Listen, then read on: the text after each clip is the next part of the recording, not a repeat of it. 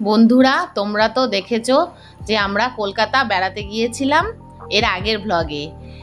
Already part 2টা নিয়ে চলে এসেছি তোমাদের সামনে।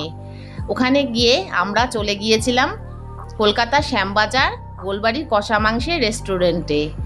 ওখানে গিয়ে আমাদের খুবই ভালো লাগলো যে আমরা অর্ডার করে নিলাম প্রথমত ওখানকার মেন ডিশ গোলবাড়ির কষা মাংস, আর তার সঙ্গে নিয়ে নিলাম পরোটা, স্যালাড আর মটন কাটলেট।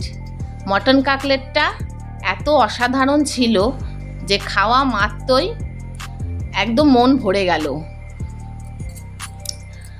আর নিয়েছিলাম আমরা তার সাথে মাটন বিরিয়ানি। বিরিয়ানিটাও অসাধারণ ছিল, একদম মশলাযুক্ত। ওর বাবা খেয়ে তোমাদেরকে দেখালো যে কেমন হয়েছিল। আবার আমি কষা মাংসটাও খেয়ে দেখালাম তোমাদেরকে যে কেমন হয়েছে। খুবই ভালো লাগলো। বহুদিনের ইচ্ছে ছিল একটিবার এই দোকানটাতে যাই, তবে আমার থেকেও বেশি আমার হাজব্যান্ডের বেশি ইচ্ছে ছিল। তো সেদিন গিয়ে মনটা একদম খুশি হয়ে গেল। আর এখানে এই দোকানটি 100 বছরের পুরনো এবং এখানে বহু সেলিব্রিটিরাও গিয়েছে। এখানে অমিতাভ বচ্চন থেকে শুরু করে প্রায় অনেকেই।